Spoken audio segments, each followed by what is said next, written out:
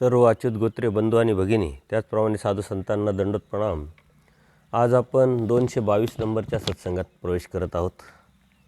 गेली अनेक सत्संगापासून सर्वज्ञ श्री चक्रप्रभू निरूपित अनादीचे जे 4 पदार्थ आहे, जीव, देवता, प्रपंच व परमेश्वर, याचं कार्यकारण स्वरूप लक्षण आपण बघितल्यानंतर अनेक विषयाला स्पर्श करत परमेश्वराने या जीवाकडून केलेली जी आचाराची अपेक्षा आहे, त्यागाची अपेक्षा आहे, त्या अनुषंगाने आपण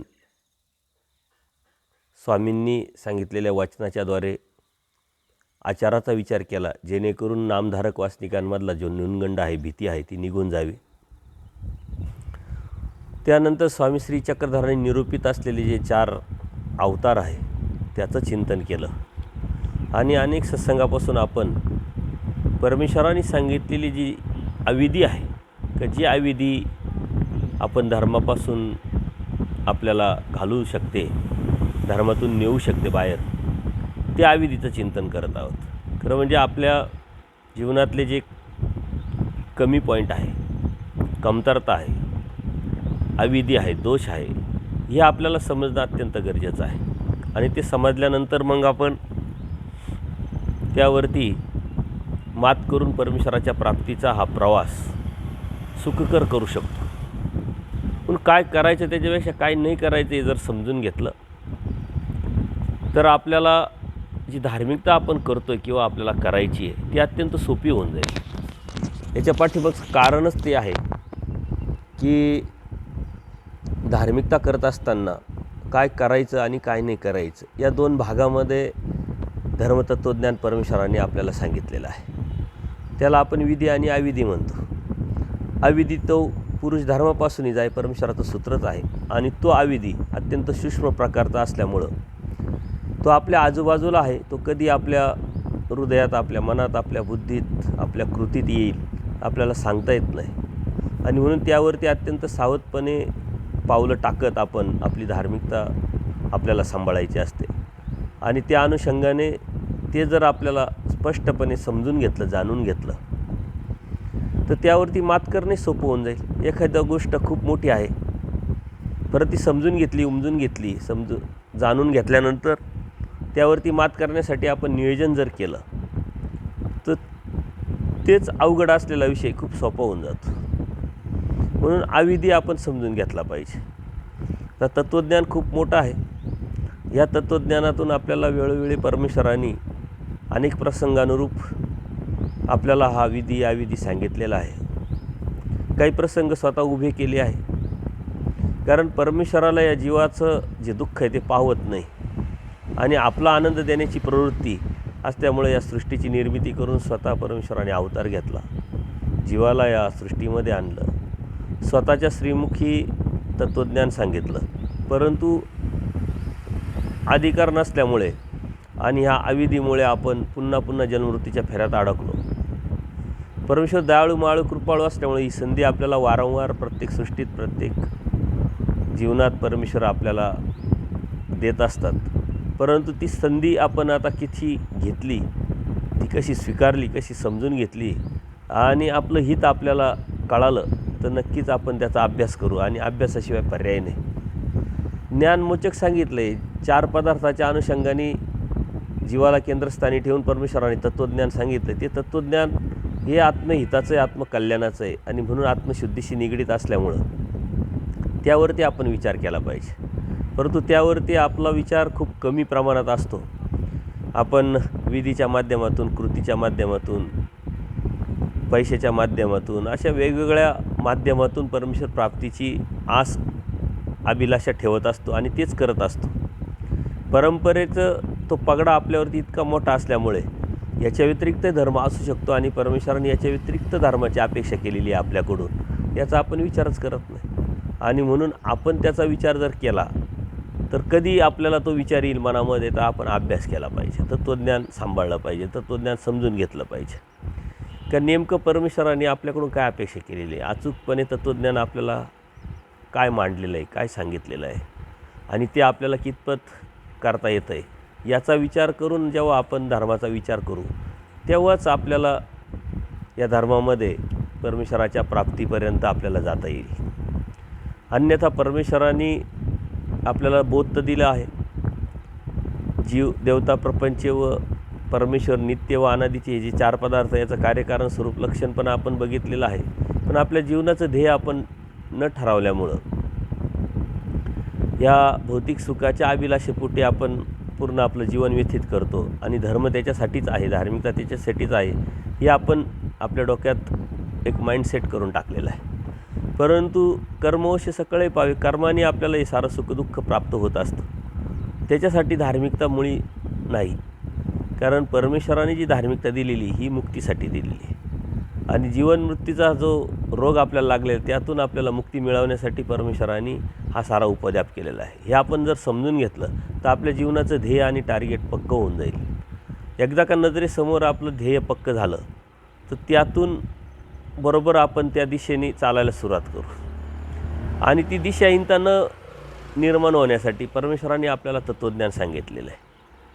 ही जी तत्त्वज्ञान आहे हे आपल्या जीवनाचं होकायंत्र आहे, दिशादर्शक आहे.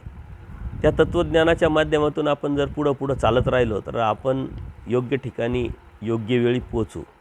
आणि आपल्याला हा जो जन्ममृत्यूचा रोग लागलेला आहे, हे दुःखात पुन्हा आपण जातो आहे, ते आपलं त्यातून आपण बाहेर पडू. म्हणून आपण आपल्या आत्महिताचा विचार केला पाहिजे. जीव हा कधी आपल्या आत्महिताचा विचार करत नाही आणि म्हणून वारंवार जन्ममृत्यूच्या फेऱ्यात अडकतो, वारंवार दुःखात जातो. त्यांनी ही जाणीव करून घेतली पाहिजे की आपण मागे यातून आलेलो आहे तेव्हा खूप त्रास झालेला आहे आणि आता नको आहे. आता जर त्यात जायचं नसेल तर याच्याशिवाय पर्याय नाही. परंतु आपण काल काय खाल्लं हे आपल्याला विसरून जातो. त्या मागच्या जन्माचं, त्या कर्मफळाचं ते दुःख आपण विसरलेलो आहे. जर थोडीशी जर झलक परमेश्वराने या दुःखाची, मागच्या जन्माची आपल्याला दिली असती तर त्याची जाणीवही झाली असती. परंतु कन्फ्युजन पण झालं असतं, अडचणी निर्माण झाल्या असत्या. म्हणून विस्मृती आपल्याला परमेश्वराने दिलेली खूप मोठी गिफ्ट आहे. परंतु विस्मृती जरी दिली तर परमेश्वर ज्ञानाच्या माध्यमातून त्याची आपल्याला आठवण करून देतात. तत्त्वज्ञान आपल्या जीवनाचा अर्थ आपल्याला सांगत असतं आणि त्यातून बाहेर पडण्यासाठी दिशा पण दाखवत असतं. अर्जुन देवाला हा प्रश्न पडला होता, पण अर्जुन देवाला समजावताना परमेश्वराने स्वतः प्रॅक्टिकली त्यांना त्यांचे जन्म पाठीमागचे दाखवले. आणि 3 जन्मापर्यंतच गेल्यानंतर अर्जुन देव म्हटले नको आता. तर ती जाणीव त्यांना झाल्यामुळं परमेश्वराला अनन्यभावी ते शरण गेले आणि देवाने सांगितलं ते त्यांनी केलं. आणि ते त्यांनी केलं म्हणून त्यांचं हित झालं. परमेश्वराने जे सांगितलं हे जीवाच्या हितासाठी सांगितलेलं आहे, जीवाच्या भल्यासाठी सांगितलेलं आहे. आणि म्हणून ते आपण ऐकणं हे आपली ड्युटी, आपलं कर्तव्य आहे. परमेश्वराने जे बी करायचं, जे बी सांगायचं ते करून ठेवलेलं आहे. बाकी जे करायचं आहे ते आपलं राहिलेलं आहे. आणि त्यातून सावधानता निर्माण होण्यासाठी परमेश्वराने आपल्याला अविधी सांगितलेला आहे. या अविधी आपल्यासाठी विधीपेक्षा अविधी महत्त्वाचा आहे, कारण या अविधीतून आपण सावध होणार आहे. या अविधीतून आपण आजपर्यंत धर्मातून गेलो ते आता समजून घेतल्यामुळं आपण आता धर्मातून जाणार नाही, धर्मापासून जाणार नाही. म्हणून अविधी अत्यंत महत्त्वाचं आहे. आपण आपल्या जीवनाचे दोष आपण चिंतन केले पाहिजे, दोष आठवले पाहिजे. कोणीतरी आपले दोष दाखवणारे असेल तर त्याचं आपण स्वागत केलं पाहिजे, कारण स्वतःला स्वतःचे दोष कधी दिसत नाही. आणि कोणी जरी दाखवत असेल तर तो आपला हितक्ष आहे असं समजून त्याचं स्वागत जर आपण करायची प्रवृत्ती निर्माण झाली, आपली दृष्टी, आपली विचारधारा जर तशी निर्माण झाली तर आपल्याला नक्कीच त्याचा खूप मोठा फायदा होऊ शकतो. आणि म्हणून हा फायदा आपण घेत राहिलो पाहिजे, कारण आपल्याला ते समजणं शक्य नाही. त्यासाठी आपल्याला ओथंबा डाव देखील परमेश्वराने डोंबऱ्याचा एक दृष्टांत सांगितलेला आहे की तो डोंबरी जो असतो त्या दोरीवरून जात असताना कुठेही बघत नाही, तो खाली बघत नाही, बाजूला बघत नाही, उजवीकडे बघत नाही. तो त्याच्या जीवनाचं जे ध्येय एका खांबावरून दुसऱ्या खांबावर जाण्यासाठी ते त्यांनी एकाग्रतेने मिळवलेलं असतं आणि अत्यंत एकाग्रतेने त्यावरती तो चालत असतो. यदा कदाचित त्यांनी इकडं तिकडं जर बघितलं तो खाली पडून त्याचे हातपाय तुटू शकतात, मरू शकतो. तसंच आपणही आपल्या जीवनाचं ध्येय जर आपण ठरवलं तर इकडं तिकडं न बघता आपण त्यावरती चाललो पाहिजे. आणि इकडं तिकडं बघणं म्हणजेच अविधीकडं बघणं, समाजाकडं बघणं, दुसऱ्याच्या दोषाकडं बघणं. आपण आपल्याकडं दोषाकडं बघितलं पाहिजे आणि आपल्या हिताच्या बाजूनी थोडा का होईना आपण प्रवास करत राहिलो पाहिजे. त्यात सातत्यपूर्ण प्रयत्न जर आपला असेल तर परमेश्वर आपल्याला सहाय्य करतात. मागील आपण सत्संगामध्ये परमेश्वराने सांगितलेले तत्त्वज्ञान बघत असताना परमेश्वर आपल्याकडं काय बघतात, कोणत्या हेतूने बघतात, कोणत्या उद्देशाने बघतात, यासाठी मी एक दृष्टांत सांगितला होता. एक बोधकथा सांगितली होती. एक फोटोग्राफर असतो आणि त्यांनी कशा पद्धतीनं ते 3 बोर्ड लावलेले होते. त्याचा सांगण्याचा उद्देश हाच होता की परमेश्वराला डुप्लिकेट चालत नाही, खोटं चालत नाही. परमेश्वर सर्वज्ञ आहात, ते सर्व जाणतात, सर्व बघतात. त्याच्यावर जसं आहे तसं परमेश्वराच्या या धार्मिकतेमध्ये धार्मिकता करत असताना आपण राहिलो पाहिजे. सत्यार्थ प्रकट आहे, कधी ना कधी ते उघडकीस येतच असतं आणि परमेश्वराकडं तर सर्वच ज्ञात आहे. त्याच्यामुळं आपण जसं आहे तसं चालत राहिलं पाहिजे. विनाकारण समाजाला काय वाटेल आणि समाजाला कसं दिसेल याच्यासाठी आपण जर धार्मिकता चुकीची किंवा डुप्लिकेट करत राहिलो तर ती आपल्या फायद्याची नाही आहे. आणि तीच आपण लक्षात घेऊन जसं आहे तसं राहून, जसं आहे तसं जाणून परमेश्वरापर्यंत आपल्याला पोचायचं आहे. मागचं सूत्र आपलं होतं की पूर्व जीव आपले मात्रागमन न देखे पण पुढील्याचे वेश्यागमन देखे. आपले दोष आपल्याला कधी दिसत नाही, आपल्याला समजत नाही. दुसऱ्याचं मात्र आपल्याला कळतं आणि त्याकडंच लक्ष देऊन आपण आपलं जीवन घालवत असतो. पण आपण दुसऱ्याकडे न बघता आपण आपल्याकडं बघितलं पाहिजे. दुसऱ्याकडं बघायचं असेल तर त्याच्या गुणाकडं बघितलं पाहिजे. देव काय म्हणतात, जिथे गेले त्या भूताच्या ठिकाणी तुम्ही गुण घेतले पाहिजे, गुण बघितले पाहिजे. आणि दोष बघायचे तर आपण आपले बघितले पाहिजे. आपण उलटं करतो, आपण आपले गुण बघतो आणि दुसऱ्याचे दोष बघतो. दुसऱ्याचे गुण बघितले पाहिजे आणि आपले दोष बघितले पाहिजे. अशी प्रवृत्ती आणि अशी दृष्टी जेव्हा निर्माण होईल तेव्हा आपल्याला परमेश्वराच्या या धर्मामध्ये, धार्मिकतेमध्ये प्रगती करायला वेळ लागणार नाही. दोन्ही चारी भात वेळी झाली तरी पोरा जीवाचे माथे डोळे जाता वेळूची न लगे. परमेश्वर काय म्हणतात, आपल्याला सावध पण करतात. दादोस असतात, ते दादोस पवित्र पर्वाचं स्वतः करून घेतात देवाच्या सन्निधानात असताना. आणि ते बाईसांना खटकतं, बाईसा देवाला सांगतात. तर मग देव तिथं सांगतात की 2-4 लोक स्तुतीपाठक किंवा शिष्य जर भेटले तर आपल्या माथ्याला डोळे जायला वेळ लागत नाही म्हटले. भौतिक जगामध्ये या गोष्टी आपण अनुभवत असतो. 2-4 लोक आपले स्तुतीपाठक आजूबाजूला भेटले की आपल्यालासुद्धा अहंकार निर्माण होतो, गर्व निर्माण होतो, आपण खूप मोठी व्यक्ती झालो असं समजतो. तसंच अध्यात्म जीवनामध्ये सुद्धा आहे. 2-4 शिष्य भेटले, स्तुती करणारे भेटले किंवा आपलं पूजन वगैरे करणारे भेटले तर आपल्याला आपोआपच अहंकार यायला वेळ लागत नाही. मग त्यावरती आपण सावध राहिलं पाहिजे साधकाने. देव सांगतात आणि आपण समाजामध्ये बघत असतो की 4-5 लोक याच्या आजूबाजूला आहे म्हणून याला स्वतःचा राष्ट्रपती झाल्याचा भास निर्माण होऊ राहिला. आपण असं बराच वेळा बोलत असतो, तू स्वतःला काय समजतो, असं समजतो का, तसं समजतो.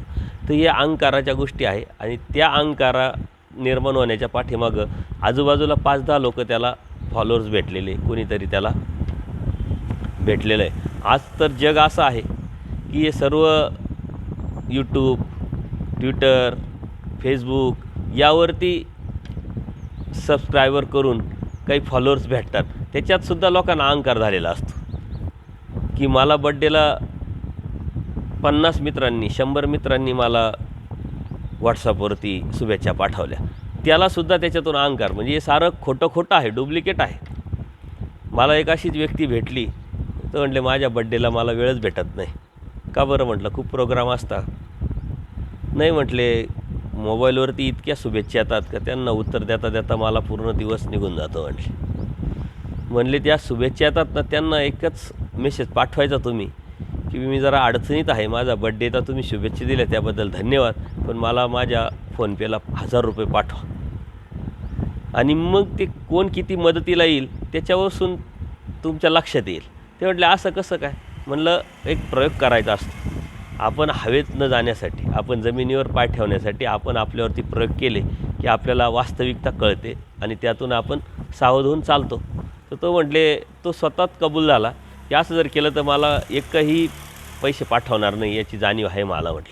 म्हणले मग याची जर जाणीव आहे तर या आभासी दुनियेतून, आभासी जीवनातून निघून बाहेर पडा म्हटलं. तुमच्या मनामध्ये जो अहंकार निर्माण झालेला आहे की मला वेळच नाही, इतके लोक मला शुभेच्छा देतात, तर हे सारं आभास आहे, भ्रम आहे. यातून पहिले बाहेर पडा. आणि यातून बाहेर पडण्यासाठी आपल्याला सावध राहण्यासाठी परमेश्वराने सूत्र अत्यंत महत्त्वाचं सांगितलं आहे की 2-4 लोक आपल्याला फॉलोअर्स भेटले तर आपल्याला अहंकार यायला वेळ लागत नाही. आणि आपल्याला अहंकार न येता आपण आपल्या जमिनीवरती पाय ठेवून आपली धार्मिकता जर आपण करत राहिलो तरच परमेश्वराच्या प्राप्तीपर्यंत जाऊ. कारण हे वैयक्तिक आचार आहे, वैयक्तिक त्याग आहे. धर्म ही वैयक्तिक विषय आहे. आपण आपल्याला परमेश्वरापर्यंत घेऊन जायचं आहे. कारण परमेश्वर आपल्यापर्यंत आलेला आहे, परंतु आपल्याला आता घेऊन जायचं आहे आपल्याला स्वतःला. त्याच्यासाठी कोण किती मानतं आहे, कोण काय बोलतं आहे, कोण काय सांगतं आहे याच्यावरती लक्ष न देता आपणला परमेश्वर आपल्या बाबतीत काय विचार करत असेल, परमेश्वराने आपल्याकडून काय अपेक्षा केलेल्या आहे, त्या अपेक्षेत मी किती उतरतो आहे याचा विचार करून धार्मिकता जर आपण केली तरच आपण परमेश्वराच्या प्राप्तीपर्यंत पोचू. अन्यथा लोक मला खूप मानतात म्हणून मला देव भेटेल. परमेश्वराने स्पष्ट सांगितलं, इथीचा श्रेष्ठ तो ते तिचा कनिष्ठ, आणि इथीचा कनिष्ठ तो ते तिचा श्रेष्ठ. म्हणजे इथं ज्याला खूप लोक मानतात तिथं परमेश्वराकडं तो झिरो असतो, आणि इथं कोणीच त्याला मानत नाही तिथं मात्र परमेश्वराकडं तो इष्ट असतो, म्हणजे प्राप्तीला जाऊ शकतो. या सूत्रातून जर आपण लक्षात घेतलं तर यावरती चालण्यासाठी आपल्याला लोकांची आवश्यकता नाही, समाजाची आवश्यकता नाही आहे. समाजात राहत असताना तर परमेश्वरांनी संग्रह पाळायला लावला, फक्त तेवढ्यापुरतं ते खरं नाही. परंतु परमेश्वराच्या प्राप्तीसाठी आपल्याला जसं आहे तसं खरं राहावं लागेल. वास्तविक काय आहे हे स्वीकारावं लागेल आणि त्यावरती चालावं लागेल. आणि याच्यासाठी परमेश्वरांनी आपल्याला सावधानतेसाठी हे सूत्र जे आहे हे अत्यंत महत्त्वाचे. आपण सतत याचं चिंतन केलं पाहिजे. परमेश्वर म्हणता, पोरा जीवा सामग्री झाली तरी बाहेरी घालीता वेळूची न लगे. हे त्याच पद्धतीचं सूत्र आहे की आपल्याला थोडं काही येतं, थोडं काही समजतं, थोडं काही लक्षात आलं आहे तर ती सामुग्री आपल्याकडं आली का लगेच आपण कोणाला किती सांगू आणि काय सांगू, मी किती ज्ञानी आहे हे सांगण्याची चढाओढ आज आपल्याला स्पर्धा आपल्याला दिसत आहे. यूट्यूबच्या माध्यमातून असेल, सत्संगाच्या माध्यमातून असेल किंवा आणखीन इकडं तिकडं कार्यक्रमाच्या माध्यमातून प्रत्येकजण स्पर्धेत उतरलेला आहे. मग तो दैवराटीचा साधक का असेना, भौतिक जगामध्ये कर्मराटीमध्ये तर ही स्पर्धा आपल्याला पराकोटीची दिसतेच आहे. परंतु ज्यांना परमेश्वर कळाला, देव कळाला, जीव कळाला, प्रपंच कळाला किंवा देवता कळाल्या, यांना हे सारं कळाल्यानंतर बोध देऊनसुद्धा हे त्यामध्ये अडकले, ही सर्वात मोठी परमेश्वराला खंत असावी. कारण ती शोकांतिका आहे आपल्या जीवनाची. आणि म्हणून आपल्याला जर थोडीफार सामुग्री येत असेल काही तर आपण बाहेर घालायला, म्हणजे सांगायला आणि मी कसा आहे हे स्पर्धेत आपण उतरलेलो आहे. म्हणजे काही न येत असतानासुद्धा मला काहीतरी येतं आणि त्यातून लोकांना भुलावणारे लोक कमी नाही आहे. मग ज्योतिषशास्त्र सांगणारे असतील किंवा वास्तुशास्त्र सांगणारे असतील, काहीतरी कशाचा तरी उपयोग करून आपल्याला मला काहीतरी वेगळं येतं हे सांगून लोकांना भ्रमवणारे लोक काही कमी नाही आहे. म्हणजे चुकीचा आधार घेऊन इथंसुद्धा जरी ते नसतील तर मला किती येतं आणि काय येतं, मीच कसा चांगला आणि मीच कसा खरा हे सांगण्यामध्ये ही स्पर्धा निर्माण झालेली आहे. कारण परमेश्वर म्हणतात याला वेळच लागणार नाही. आपल्याला काहीतरी समजलं तर मी कधी आणि केव्हा आणि किती जास्तीत जास्त लोकांना सांगू, अशी आपली प्रवृत्ती निर्माण झालेली असते. ऑलरेडी परमेश्वराने ते सांगितलं, ते तुमचं रहस्य आहे म्हटलं. तुम्हाला समजलं आहे, तुम्हाला कळालं आहे, तुमच्यापुरतं ते आहे. अनुषंगिक अर्थवंताला सांगायची वेळ आली तर सांगावं, समजावण्याची वेळ आली तर समजावी, परंतु जबरदस्ती स्वतःहून आपला मोठेपणा मिरवण्यासाठी या गोष्टी आपण वापरू नये. बटिका येतं हसताही लटिके न बोली जेव. परमेश्वर काय म्हणतात की खोटं कधीच बोलू नये, परंतु हसताही म्हणजे गंमतीनं हसतसुद्धा खोटं बोलू नये म्हटले. तुम्ही कसं काय खोटं बोलतात? तर ह्या ज्या गोष्टी आहे या आपण लक्षात घेतल्या पाहिजे की देवाने आपल्याकडून अपेक्षा काय केलेली आहे. गमतीनंसुद्धा खोटं बोलायचं नाही, तेव्हा खोटं बोलण्याचा विषयच नाही. आणि खोटं बोलल्यामुळं मार्कंडाची काय परी झाली हे आपण लीळाचरित्रामध्ये गेल्यानंतर समजून घेऊ शकतो, जाणून घेऊ शकतो. त्याला सन्निधान भेटलं आहे. बाईसांसारखं प्रेमीपात्र त्यांची आत्या आहे, म्हणजे तो भाचा आहे, आणि ते कड घेतात आहे. एवढं मोठा संधी भेटूनसुद्धा त्याची ही खोटं बोलण्याची, चोरी करण्याची जी प्रवृत्ती आहे, हा प्रसव आहे, हा वाढत जाऊन परमेश्वरापर्यंत गेला. आणि तिथं परमेश्वराचं सन्निधान भेटूनही काय उपयोग झाला, तर असन्निधानातच राहिला, कारण आज्ञा प्रतिपालन केली नाही. तशी ही गमतीनं जर खोटं बोलण्याची जर सवय आपल्याला लागली तर तो संस्कार आपल्याला परमेश्वरापर्यंत घेऊन जाईल.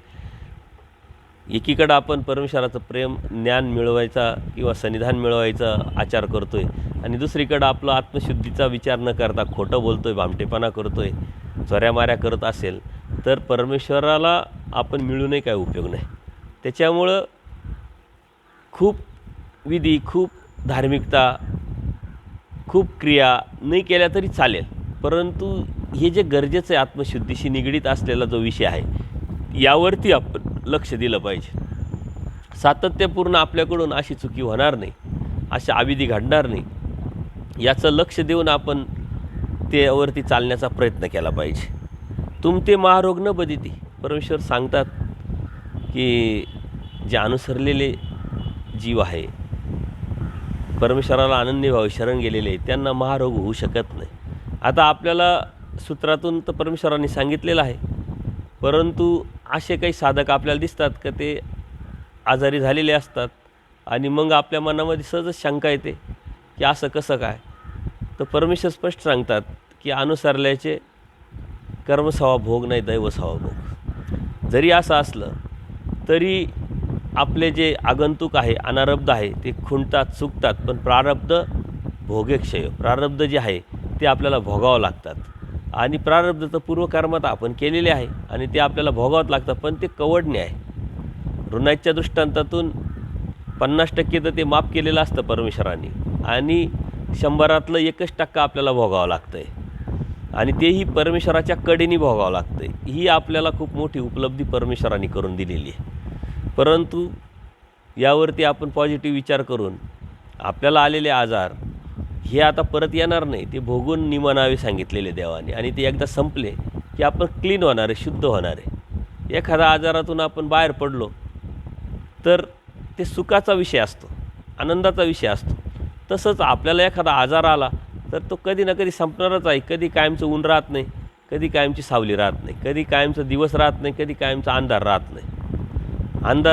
रात्र झाली तर दिवस उजाडणारच आहे, ऊन आलं तर सावली येणारच आहे.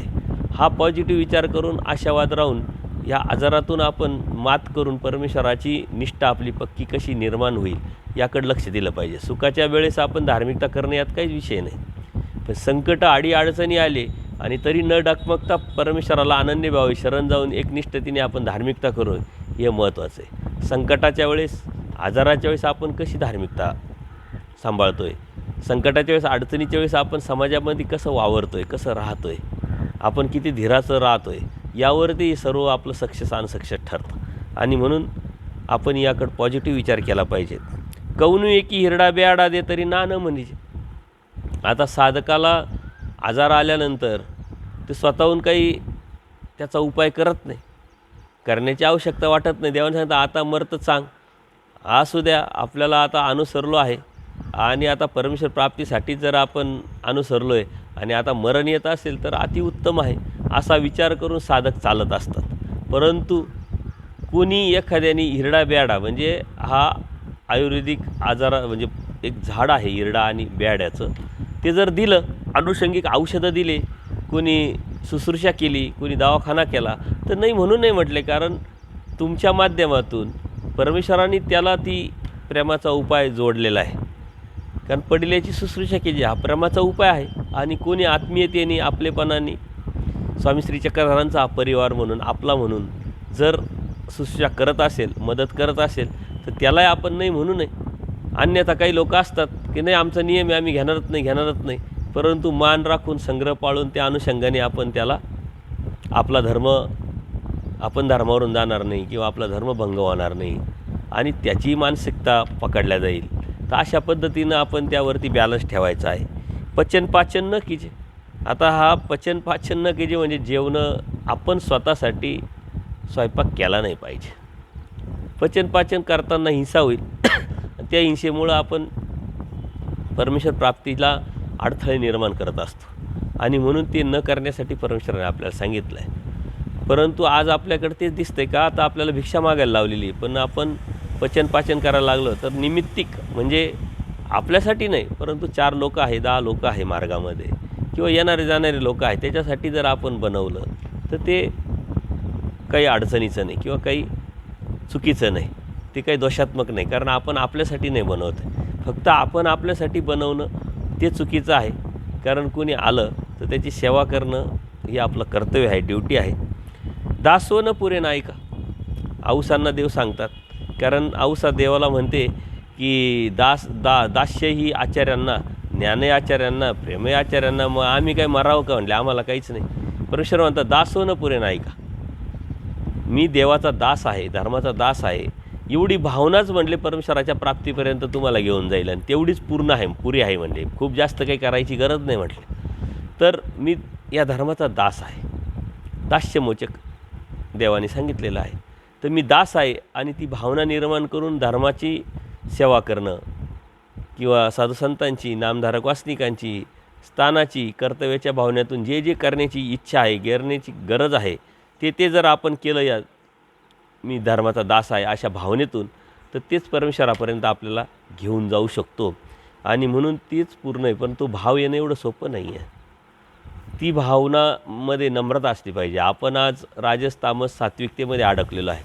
सात्विकता निर्माण करून निर्गुण निराकाकडं आपल्याला जायचं आहे. हे माझ्या देवाचे आहे, यातून मला देव भेटणार आहे, तोची व्हावं, तोची भेटावी भावना आहे, इच्छा आहे. आणि ही परमेश्वराने मला दिलेली संधी, या भावनेतून जर आपण करलं तर तेच परमेश्वरापर्यंत प्राप्त होऊ शकते. येही वरी होईल पुरा जीवाशी परी, येथूनही म्हटले ते न होय. दादोसांना देव म्हणतात तर तुम्ही शिकासूत्राचा त्याग करा आणि इथं संन्यास घ्या. ते म्हटले आमच्याच्यानी होणार नाही. म्हणले मग लग्न तरी करा. म्हणे ते पण होणार नाही. म्हणले मग तुम्हाला अनुसरायचंही नाही आहे, लग्नही करायचं नाही, मग इथून जा. ते म्हटले मग हे होईल आमच्याकडून, आणि ते निघून गेले. परमेश्वर म्हणतात बघा, हे होईल, मरणाशरण जातील, परंतु आम्ही जे म्हटलं आहे ते या जीवाकडून होत नाही म्हटले. म्हणून परमेश्वराकडून होणं एवढं सोपं नाही, परमेश्वराने सांगितलं ते करणं एवढं सोपं नाही. परंतु ज्याला परमेश्वर प्राप्ती पाहिजे, परमेश्वर हवा आहे, त्याला मात्र परमेश्वराचं ऐकावंच लागेल. ऐकल्याशिवाय पर्याय नाही. आणि परमेश्वराने आपल्याला ऐकवण्यासाठीच सांगितलं आहे, नुसतं टाईमपास म्हणून काहीतरी सांगायचं म्हणून सांगितलेलं नाही आहे. प्रत्येक तत्त्व परमेश्वराचं अत्यंत गहन आहे आणि अत्यंत रहस्यमय आणि श्रेष्ठ आहे. ते आपल्याला परमेश्वराने आपल्या हितासाठी, आपल्या भल्यासाठी सांगितलेलं आहे. आणि म्हणून त्या परमेश्वराचं आपण ऐकणं हेच आपली धर्म आहे, धार्मिकता आहे. आणि हे जे आपण सर्व बघतो आहे आविधी, हे न करण्यासाठी आपल्याला सांगितलेलं आहे. त्यावरती आपण ठाम जर राहिलो तर खूप काही आपल्याकडून विधी नाही करता आला तरी आपण परमेश्वराला प्राप्त करू शकतो. काय नाही करायचं हे समजून घ्या आणि ते न करण्यासाठी प्रयत्न केला तर तीच एक धार्मिकता आहे आणि ती श्रेष्ठ धार्मिकता. त्यासाठी परमेश्वराने ती अपेक्षा आपल्याकडून केलेली आहे. हे मात्र आपण पाहतच नाही. आपण जे करतो आहे ते परमेश्वराने खरंच सांगितलं आहे का, आणि त्यातून आपल्याला खरंच देव भेटेल का, हा याचा विचारसुद्धा आपण करत नाही. आणि त्याच्याच पाठीमागं आपण पळतो आहे. आणि ते पळण्यासाठी आपल्याला सगळी गर्दी दिसते. ती गर्दी असल्यामुळं आपल्याला वाटतं हे करताय, मग आपण तेच करायचं. परंतु ते कितपत योग्य आहे, कितपत अयोग्य आहे, हे जर समजून न घेता आपण जर करत राहिलो तर फसण्याची शक्यता आहे. आणि म्हणून न फसण्यासाठी आपल्याला ज्ञानाची अत्यावश्यक आहे, ती गरज आहे. आणि म्हणून आपण त्याचं चिंतन करतो आहे. ओकटे करीत साता कवनी गोमट्या ते न पोय, गोमटे करीत साता कवनी ओकट्या तर न पोय. परमेश्वराने आपल्याला स्पष्ट एक तत्त्व सांगितलेलं आहे. जर तुम्ही चांगलं करत असाल तर तुमचं वाईट कधीच होणार नाही, आणि वाईट करत असाल तर तुमचं कधीच चांगलं होणार नाही. परंतु ही प्रवृत्ती आपली आहे. परमेश्वराने एवढं स्पष्ट आणि पारदर्शक सांगितलं आहे, चांगलं करा कधीच वाईट होणार नाही, वाईट करा कधीच चांगलं होणार नाही. आणि आपण आपलंच करत राहतो. चांगलं केलं तर वाईट होणार नाही. त्याच्यामुळे टेन्शन घेण्याचं, चिंता करण्याचं, स्ट्रेस निर्माण करण्याचं काही गरज नाही. आणि वाईट करत असताना आपल्याला कळतं आहे चांगलं काय वाईट काय, आणि वाईट करत असताना चांगलं होणार नाही तर त्यावेळेस मात्र मग आपल्याला आपोआपच त्रास होणारच आहे, टेन्शन येणारच आहे, स्ट्रेस येणारच. म्हणून जर आपण कोणाचं वाईट चिंतलेलं नाही, कोणाचं वाईट केलेलं नाही आहे, तर आपलं वाईट होणार नाही. ही भावना जर आपली प्रबळ निर्माण झाली तर आपल्या मनामध्ये भय कधी राहू शकत नाही. आपण आपोआप निर्भय होऊ. आणि या निर्भयतेने परमेश्वराची धार्मिकता जर करायला सुरुवात केली तरच स्वस्थ चित्तता निर्माण होऊन जे बी आपण करतो आहे, स्मरण करतो आहे, क्रिया करतो आहे, वाचन करतो आहे, अभ्यास करतो आहे, आचार करतो आहे, ते करायला आपल्याला एकदम सोपं होऊन जाईल. आणि स्वस्थ चित्ततेने जे केलं ते परमेश्वर स्वीकारतील. परमेश्वराने स्वीकारलं तर परमेश्वरापर्यंत प्राप्तीला जाण्यासाठी आपल्याला वेळ लागणार नाही. अत्यंत सोपं, एकावर एक अवलंबून गोष्ट आहे, परंतु ते आपण समजून घेत नाही. आणि करायचं म्हणून करतो किंवा लोक करतात म्हणून करतो किंवा भीतीपोटी करतो, याला काही अर्थ नाही. म्हणून ज्ञानमोचक त्याने त्याच्यासाठीच सांगितलेलं आहे. ऐसे न म्हणजे की गा बोजा प्राणी अशी असुख होय, असं काही म्हणू नका म्हटले. चुकीचं की जेणेकरून कोणाचं तरी मन पोळेल, कोणाला तरी दुःख होईल, कोणाला तरी वाईट वाटेल. ऐसे न म्हणजे की गा डकल्या पुरुष शोभे उपजेल, तेवढी काही कराल. म्हणजे देवता आहे, देवतेच्या अनुषंगाने किंवा एखाद्या पुरुषाच्या अनुषंगाने, एखाद्या विद्यावंताच्या अनुषंगाने किंवा एखादा उपाधी आहे, उपाधिवंत आहे, त्याला जर आपण काही चुकीचं बोललो, वाईट बोललो, त्याचं मन दुखवलं तर मात्र आपल्याला त्रास होईल. पद्मनाभी देवाच्या त्या लीळेतून आपल्याला समजून येईल. पद्मनाभी देवाचे जे एकदा कपडे धुवायला गेले, तिथं एक अन्य साधूंचे एक शिष्य कपडे धुवायला आलेले होते आणि सहजच गप्पा मारता मारता पद्मनाभ देव म्हणतात, तुमच्या गुरुचं नाव काय? म्हणे परमानुभव देव म्हटले. तर यांनी ती कुडी केली शब्दाची. म्हणे परमाणू एवढाही तुमच्या गुरुला अनुभव नाही काय? आणि त्याला ते दुःख झालं. आता ते दुःख झालं, तो गेला त्याच्या गुरुला सांगितलं. आता देव सर्वज्ञ आहे. तो जेव्हा देवाकडे यायला निघाला, बाईसांना देव म्हणतात, हा प्राण्याचे हृदय पळून आलेलं आहे, अंतःकरण पळून आलेलं आहे, दरवाजा लावा, याला आतमध्ये घेऊ नका म्हटले. हा यांनी खूप मोठं पाप केलेलं आहे. आता तो लहान होता, ते दरवाजा बंद केल्यामुळं तो लागला रडायला, दुःख करायला लागला. आता बाईचा प्रेमी भक्त, त्यांना आली दया, म्हणजे देवा काय झालं, घ्या म्हणजे या प्राण्याचे दुःख पळून आलं, याला काहीतरी उपाय सांगा.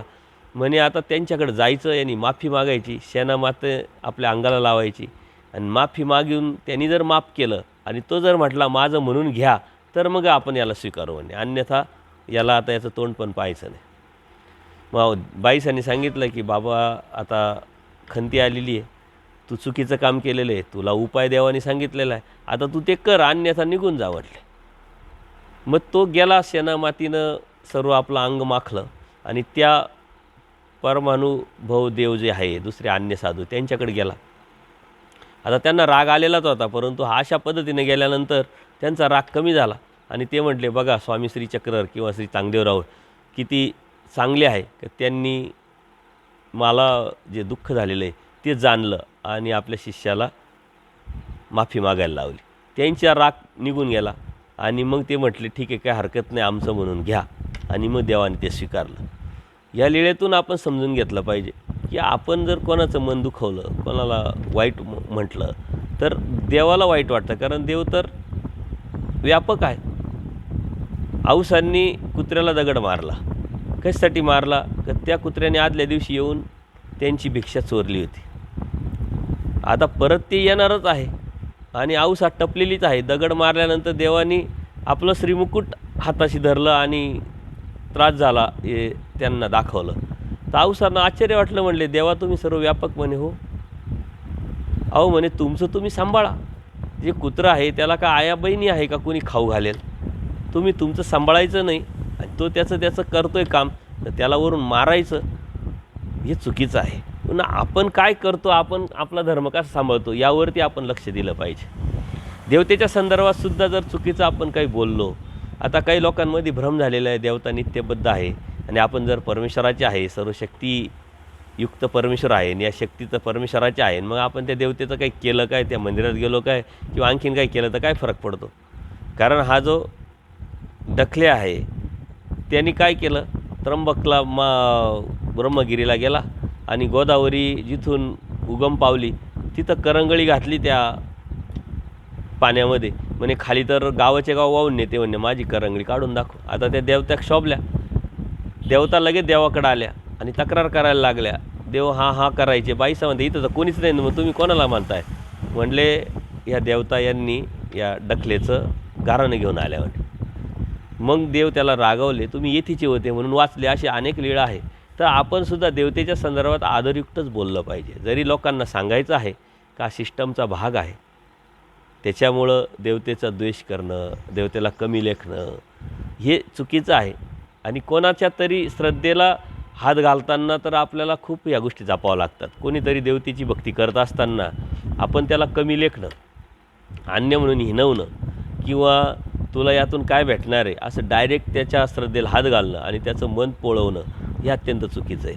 ही बॅलन्सिंग आपल्याला समजून ठेवा. देवानेसुद्धा दैवराटीला जीवाला लावताना या सर्व सांगितलेल्या आहे, परंतु उदाहरणं देऊन, दृष्टांत देऊन अत्यंत शांततेने लोकांना सांगितलेलं आहे. तसं आपणसुद्धा ही गोष्ट सांगताना दुसऱ्याच्या श्रद्धेचा अवमान न होता श्रद्धेचा आदर करत आपण आपली धार्मिकता, परमेश्वराची भक्ती हे सांगता आली पाहिजे आपल्याला.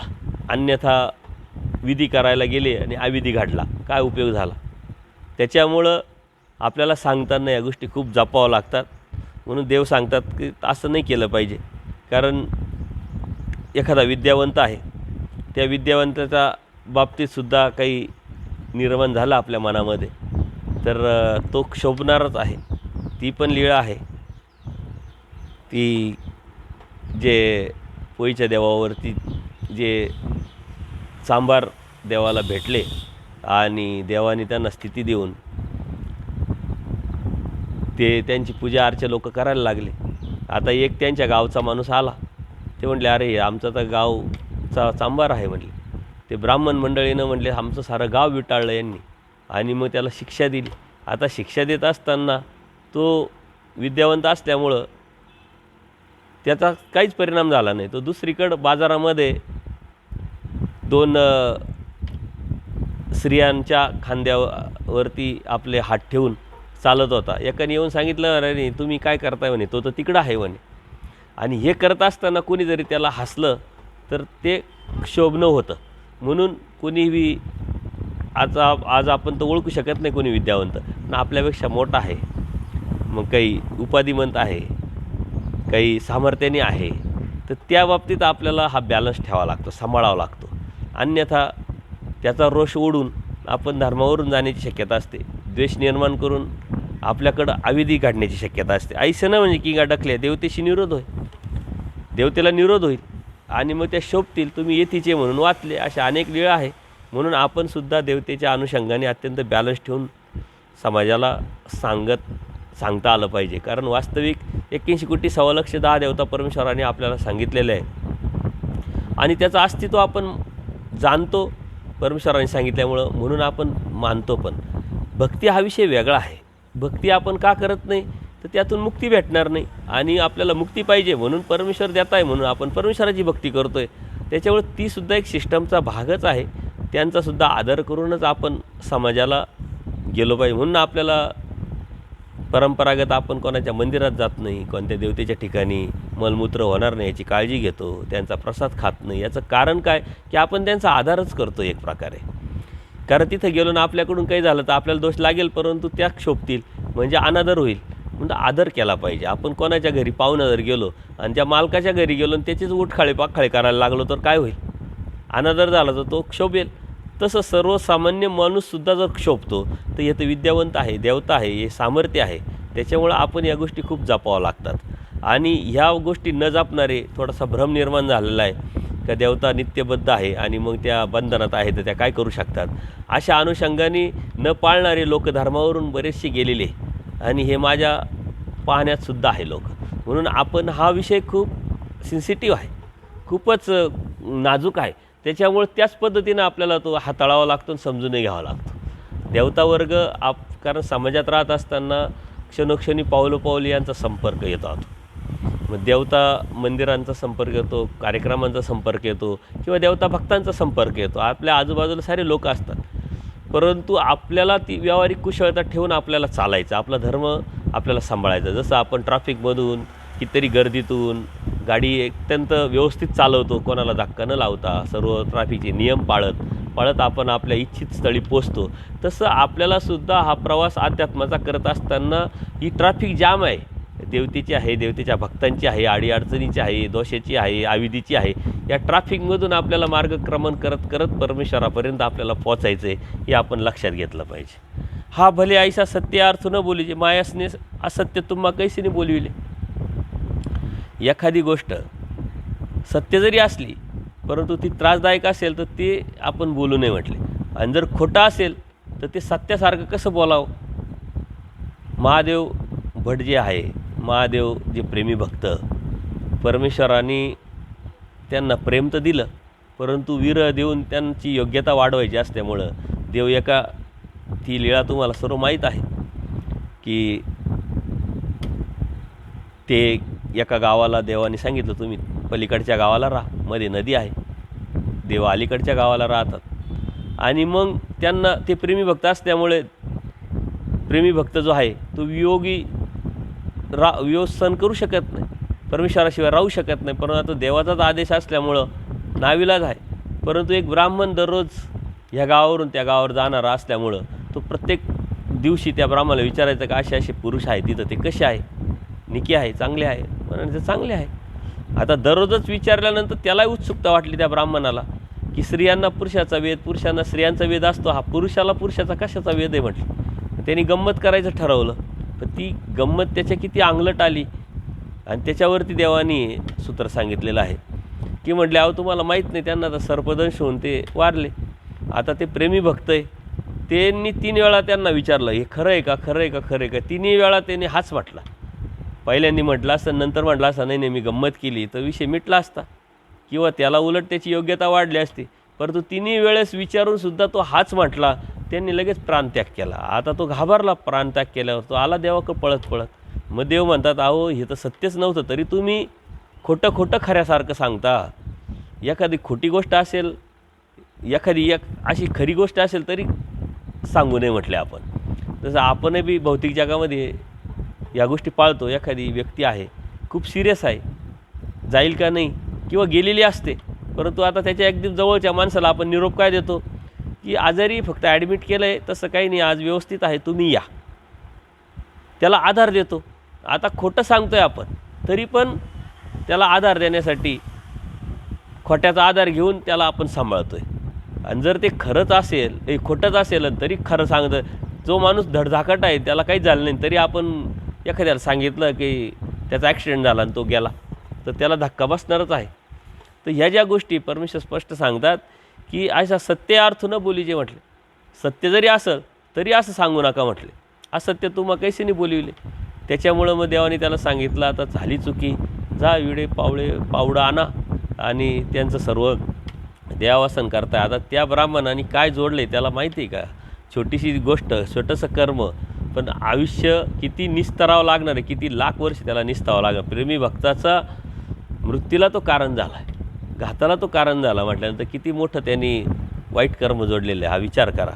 इथं मुंगीचंही वाईट चिंतायला देवाने सांगितलं आहे, मुंगीलाही रांडकं करायला सांगितलं आहे. इथं प्रेमी भक्त, त्या प्रेमी भक्ताचं मृत्यूला तो कारण झाल्यामुळं असं एखादं कर्म आहे. देव म्हणतात की छोटीशी, त्यांनी किती मिनटं लागली, 1 सेकंद नाही लागला त्याला. हा हा हा म्हटला फक्त बस. परंतु ते आता किती लाख वर्ष त्याला निस्तरावं लागणार आहे, लक्षात घ्या. ऐसे भय नुपुजीची की भय निर्माण होईल. असं वागलो नाही पाहिजे, असं बोललो नाही पाहिजे, असं राहिलो नाही पाहिजे. आज भयाचा मार्केट तयार झालेलं आहे. जो घाबरवील त्याचं मार्केट चालतं.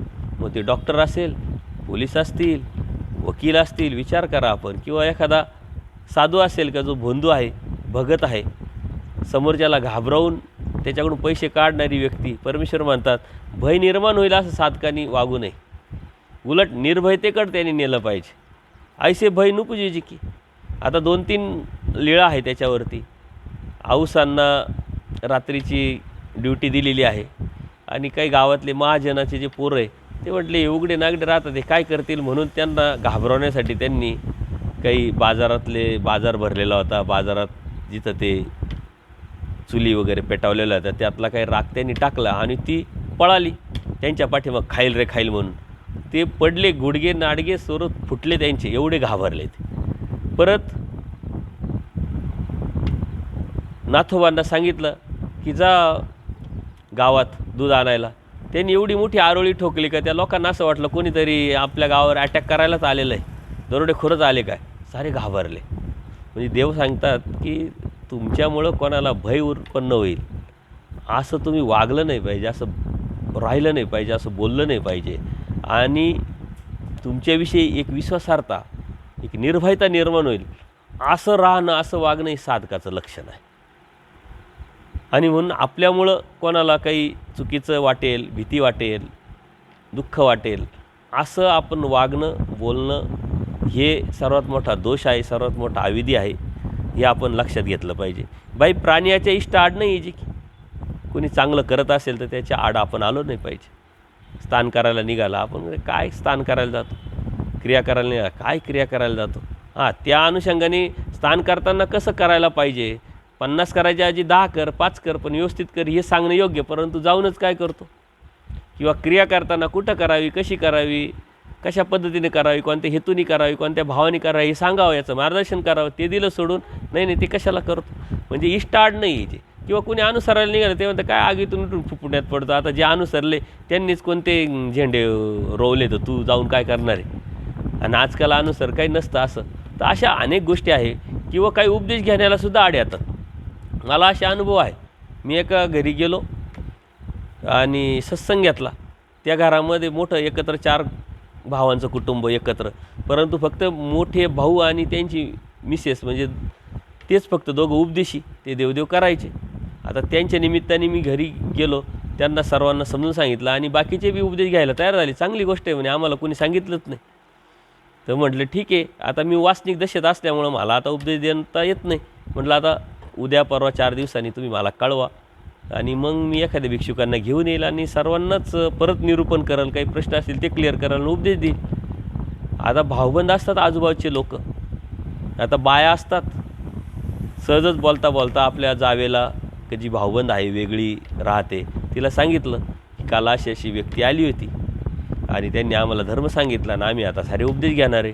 तिनं एवढं तिला टॉर्चर केलं की असं कुठं असतं का आणि हे असतं का आणि ते असतं का. उपदेश घ्यायला त्यांनी पूर्ण घराने कॅन्सल केलं. अजूनही ते घर उपदेशी नाही. आता त्या व्यक्तीनं काय केलं हे तिला माहीत नाही की इष्ट आड नाही यायची. ती हे दैवराटीत जाणारी व्यक्तीला आडवी आली आणि उपदेश घेण्यापासून अडवलं. ती जी लेडीज आहे किंवा जी व्यक्ती आहे तिने काय मिळवलं, आता तिला किती निस्तरावं लागेल ही गोष्ट. आणि तिनं अडथळे निर्माण केले दैवराटीत येण्यासाठी, तिला किती अडथळे निर्माण होतील, किती अशक्य आहे. म्हणून आपण अडथळे जसे जोडलेले चांगलं जोडलेलं राहतं योग, तसे अडथळे पण जोडलेलं राहतं. काही लोकांना सर्व कळतं समजतं पण उपदेश घेत नाही. सारं समजतं आहे, जबाबदारी नाही आहे, तरी पण अनुसरण्याची हिंमत होत नाही. तर हे काय, तर यांनी कोणाला तरी इष्टाच्या आड आलेले राहतात आणि ते अडथळे जोडलेले राहतात. त्या अडथळ्यामुळं त्यांचा योग येत नाही, त्यांच्या अडचणी निर्माण होत राहतात आणि त्याच्यावरती मग आपण दुःख केलं पाहिजे, प्रायचित्त घेतलं पाहिजे. परंतु दुःख प्रायचित्त हे सुद्धा ओरिजिनल असलं पाहिजे. करायचं म्हणून करायचं तर त्यातून काही रिझल्ट भेटणार नाही. जो चिरोक्तीचे औषध घेतलं तरच आजार बरा होणार आहे. कोणतंही औषध घेऊन त्याला काही अर्थ नाही. म्हणून परमेश्वराने प्रत्येक गोष्टीला उपाय सांगितला आणि तो उपाय जर योग्य पद्धतीनं जर घेतला, अंगीकारला, स्वीकारला तर मात्र रिझल्ट योग्यच भेटतो. म्हणून परमेश्वर म्हणतात कोणाच्या चांगल्याच्या आड आपण कधीही आलो नाही पाहिजे. तुम्ही मार्गदर्शन करा परंतु योग्य अयोग्य सांगा, निर्णय मात्र त्याला घेऊ द्या. बाई प्राण्याचे दोष येत न सांगिजे ती एरवी येथून नेणीजे ऐसे काही असे तरी का म्हणिजे ना करीती ना तरी येथीच्या दर्शनाही न येती म्हटलं. आता बाईसा कुणी आल्या तर कटकट करायच्या, रागराग करायच्या का, तर फक्त परमेश्वराला त्रास होऊ नये म्हणून. बाकी प्रेमी भक्त असल्यामुळे परमेश्वराची काळजी आहे. म्हणून देवाने सांगितलं की जर तुम्ही अशी कटकट केली तर कोणी दर्शनाला येणार नाही. अशा बऱ्याच ठिकाणी सांगितलं. एक बाई आहे, ती बाई आपल्या मुलीला घेऊन येते आणि त्यावेळेस साधा ईसानी देवाची रिंगणीच्या फुलांनी पूजा केलेली असते. समोरासमोरच विषय झाला. तिचा भाव एवढा उच्च प्रतीचा होता. देव म्हणतात काय साधा तुम्ही सुवर्णपुष्पांनी देवाला पुजताय म्हटले. आता ती जी मुलगी होती ती थोडीशी अज्ञान असल्यामुळं तिनं ते फूल घेतलं. ते म्हणे हे तर काही सोन्याचं, हे तर रिंगणीचं फूल आहे म्हणे. आणि मग त्याच्या आईला चुकीचं वाटलं आणि मग ती देवाला सांगते की ही देवा ही अशीच आहे तशीच आहे. तर देव म्हणतात अहो आम्हाला काय सांगता त्यांचे दोष, आम्हाला सर्व माहिती आहे आणि सर्व माहीत असूनही जर तुम्ही सांगितलं तर मग तिच्या दर्शना कोणीच येणार नाही म्हटले. त्याच्यामुळं असं करू नये. आपणही याचे त्याचे दोष एका त्याला सांगत असतो तर ते दोष पाहणं आहे. कोणाला याचं त्याला त्याचं त्याला सांगणं म्हणजे कानवा ठरवणं म्हणजे दोष पाहणं आहे. दोष दाखवणं म्हणजे त्या व्यक्तीला त्याचं त्याला सांगणं. दोष दाखवणं जमलं पाहिजे, दोष पाहणं नाही जमलं पाहिजे. आपल्याला दोष पाहणं जमतं. एखादं 50 गोष्टी त्याच्या चांगल्या आहे, त्याच्याकडे लक्ष राहणार नाही. पण एक वाईट गोष्ट आहे, 50 ठिकाणी आपण त्याला सांगत राहणार. चांगल्या गोष्टी कधी आपण सांगत नाही, ती प्रवृत्तीच नाही. ही ऊर्ध्वगतीचं कार्य. दुसऱ्याविषयी चांगलं गुणात्मक ऊर्ध्वगतीचं बोललं पाहिजे. परंतु हे करण्यासाठी आपल्याला छोटं व्हावं लागतं आणि हे छोटेपण आपल्याला घेवत नाही आणि म्हणून आपण अविधी क्षणोक्षणी जोडत असतो. आपण कोणाविषयी कसा विचार करतो, कोणत्या दृष्टीने त्याच्याकडं बघतो, कसं पाहतो, कसं राहतो, कसं बोलतो, याच्यावरती परमेश्वराच्या धर्मामध्ये आपण किती आहे हे ठरतं. पण दुसऱ्याविषयी कधी चांगलं बोललं पाहिजे, गुणात्मक बोललं पाहिजे, चुकीचं वाईट आपण बोललं नाही पाहिजे. ऐसा अंतू न पाहिजे की असा अंतू न पाहिजे म्हणजे काय की आपण म्हणतो ना, मला अंत पाहिलाच शेवटच्या क्षणाला, तर असं कोणाला त्रास होईल, कोणाला खूपच दुःख होईल, अशा पद्धतीनं आपण अंत पाहिला नाही पाहिजे. त्याचं शेवटच्या क्षणापर्यंत लावून नाही धरलं पाहिजे. तुटलं असं आपण वागलं नाही पाहिजे, तुटलं असं बोललं नाही पाहिजे, तुटलं असं राहिलं नाही पाहिजे. अशा पद्धतीनं बॅलन्स ठेवून आपण कोणाचा अंत न पाहता आपण आपली धार्मिकता सांभाळत राहिली पाहिजे. बाई महात्म्या निरोध न कीजे. निरोध न कीजे म्हणजे विरोध न करे. महात्मा म्हणजे साधक आहे, साधू संत आहे. मग पदार्थाविषयी असेल, राहण्याविषयी असेल, आग्रह करू नये. नाही तर आपलं हे बाबतीत नाही आम्हाला घडलं पाहिजे. बाबाला शुगर आहे, BP आहे, तरी आपण गोडधोड खाऊ घालतो. नाही घ्या, नाही घ्या.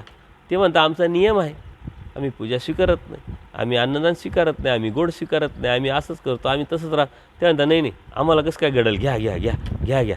साधू संतही त्याच्यात अडकलेले आणि वासनिकांचा तो विषयच नाही. त्याच्यामुळं आग्रह परिग्रह न हो.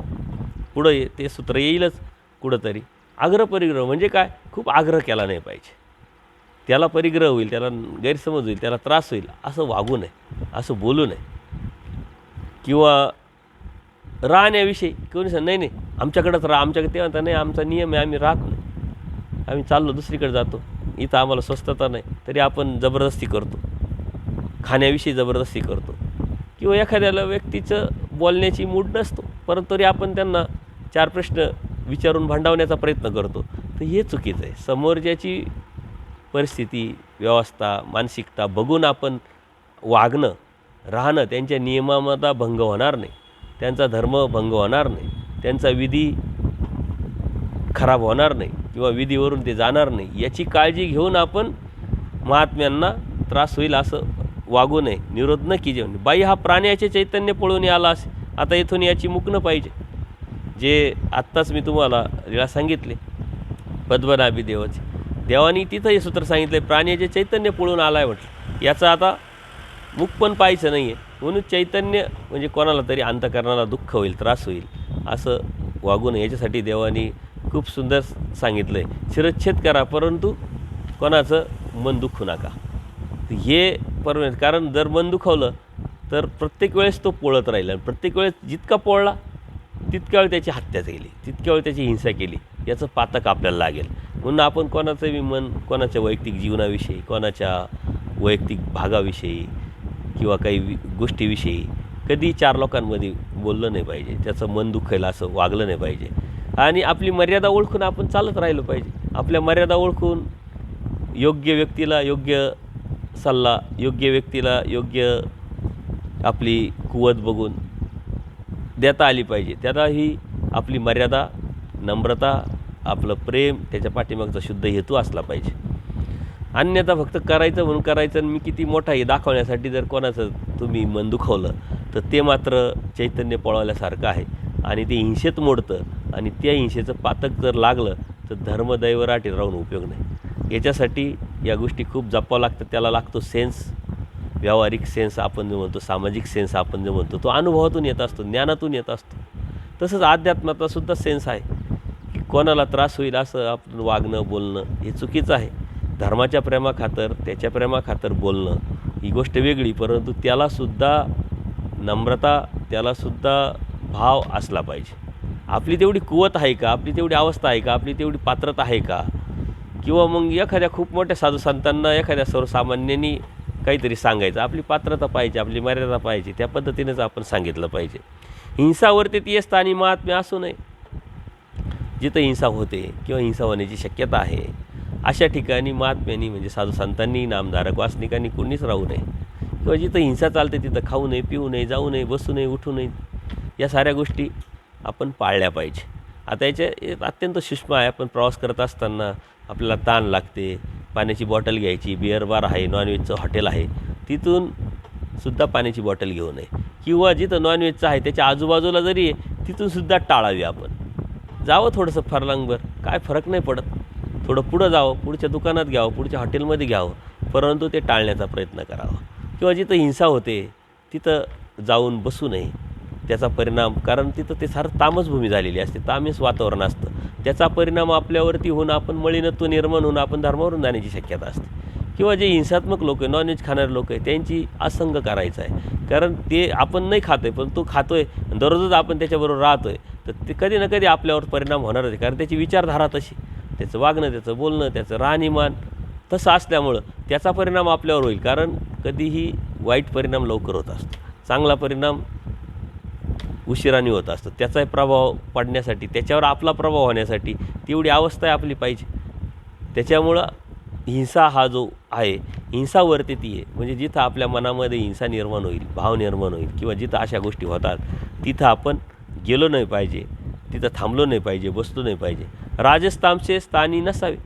ती राजस्तामस जागा त्याच्यामुळेच झालेली असते, म्हणून तिथं आपण बसलो नाही पाहिजे, राहिलो नाही पाहिजे. आणि आपल्याला ते जाणवतं. आता आपण म्हणतो प्रपंच जड आहे, त्याच्यात काय राजस्तामस भाव, परंतु त्याच्यामध्ये सुद्धा तो भाव उतरलेला असतो. ज्या ठिकाणी कंटिन्यू हिंसा चालते ना तिथं तामस भाव येणारच. तिथं गेल्यानंतर आपल्याला तसे विचार येतात. म्हणून आटन विजन करताना किंवा आपणही बी कुठं एखाद्या घरी जर गेलो आणि ते नॉनव्हेज खाणारं घर असेल तरी आपल्याला जाणवतं. आणि ह्या गोष्टी आम्हाला अनुभवात येतात किंवा केलेल्या असेल तरी जाणवतं, समजतं, आपल्या लक्षात येतं.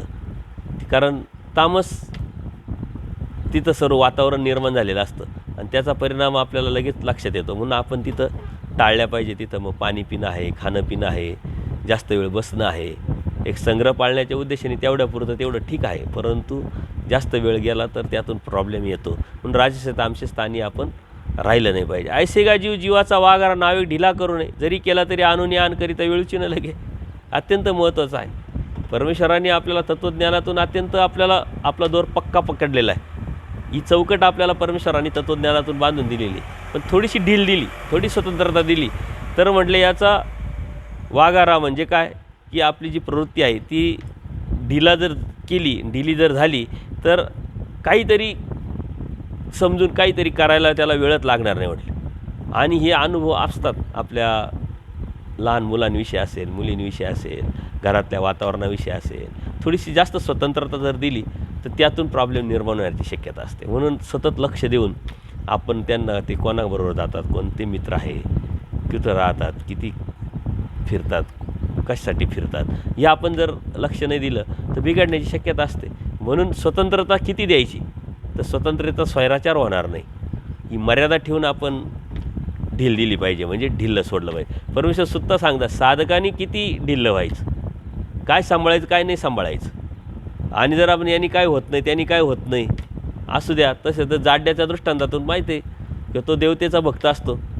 गावात त्याला मानापानाने सरपंचांनी बोलवलं, पाटलांनी बोलवलं, त्याला जीव घातलं आणि तो आता देवतेकडेच पाय करून झोपला. ते म्हटले तू माझी माय माऊली म्हटले, एवढेच सहन करू शकत नाही का. जो पाय करून राहू शकत नाही तो आता पाय पण लावायला लागला त्या देवतेला, आणि असाच थोडा थोडा धर्मावरून गेला. तसं ढील आपल्या नियमाला आपण दिली नाही पाहिजे. आपण आपल्याला, आपल्या इंद्रियांना, आपल्या आवडीच्या गोष्टींना आपण ढील नाही दिली पाहिजे. त्याला जर ढील दिली तर इंद्रिय मात्र आपल्या हातातून जातील आणि आपण धर्मावरून जाण्याची शक्यता असते. म्हणून आपण आपल्यासाठी, परमेश्वराने आपल्याला तर नियम करून दिलेले आहे, आचाराचे एक सिलॅबस, अभ्यासक्रम सर्व दिलेला आहे, परंतु आपण आपल्यासाठी सुद्धा काही नियम बांधून घेतले पाहिजे. काही नियमात असेल तर मी असं राहील, असं बोलेल, असं वागेल, असं काही जे बी आहे त्या नियमाच्या पलीकडं न जाण्यासाठी आपण सातत्यपूर्ण प्रयत्न केला पाहिजे. अन्यथा काही होत नाही असं करता करता तशीच सवय लागून कधी आपण धर्मावरून जाऊ हे लक्षात पण येत नाही. म्हणून आपण आपल्याला सतत सांगत राहावं लागेल, सातत्यपूर्ण त्याच्यावरती सातत्य ठेवावं लागेल. येथूनही वारिले ते न कीजे की, परमेश्वर स्पष्ट सूत्र सांगितलं, येथूनही वारिले ते न कीजे की. परमेश्वर म्हणता मी जे सांगितलं नाही ते करूच नका, करायचंच नाही आहे तुम्हाला. आणि जर ते केलं तर धर्मावरून कधी जाल याची अजिबात गॅरंटी नाही. जे मी नाही करायला लावलं ते करायचं नाही. येथूनही वारले ते नाही की जे की मी जर सांगितलं आहे तर ते करायचंच नाही. जो आविधी आपल्याला परमेश्वराने सांगितलं याच्यामध्ये अजिबात कॉम्प्रोमाइज नाही पाहिजे. आणि जर आपण केलं परमेश्वरांनी सांगूनसुद्धा तर मग धर्मावरून तो 100% आपण जाणार. म्हणून आपण विधीच्या अगोदर अविधीचं चिंतन का करतो आहे तर परमेश्वर स्पष्ट सांगतं, येथीन वारिले तर नक्की जे की मी जे तुम्हाला सांगितलं आहे, नाकारलं आहे, जे चुकीचं सांगितलं आहे, जे अविधी आहे, जे दोषात्मक आहे ते तुम्ही करायचं नाही. येथून वारिले ते न कीजे की, हे सूत्र सतत आपण डोक्यात ठेवलं पाहिजे. देव स्पष्ट सांगतात ते करू नका. जर ते करत असाल सांगूनसुद्धा तर मात्र कोणीच तुमची गॅरंटी घेणार नाही, मी पण घेणार नाही. परमेश्वर अनार्जित दाता आहे, दयाळू माळू कृपाळू आहे, परंतु ईश्वळूचं ईशाळू परमेश्वर म्हणतात. परमेश्वराने जर खंती आली तर मग मात्र या सृष्टीच्या शेवटपर्यंत आपलं तोंड पण देव पाहणार नाही. आणि म्हणून आपण या गोष्टी लक्षात घेतल्या पाहिजे. यावरती काही प्रतिक्रिया असेल तर नक्की कळवा. दंडोत प्रणाम. दंडोत दंडोत.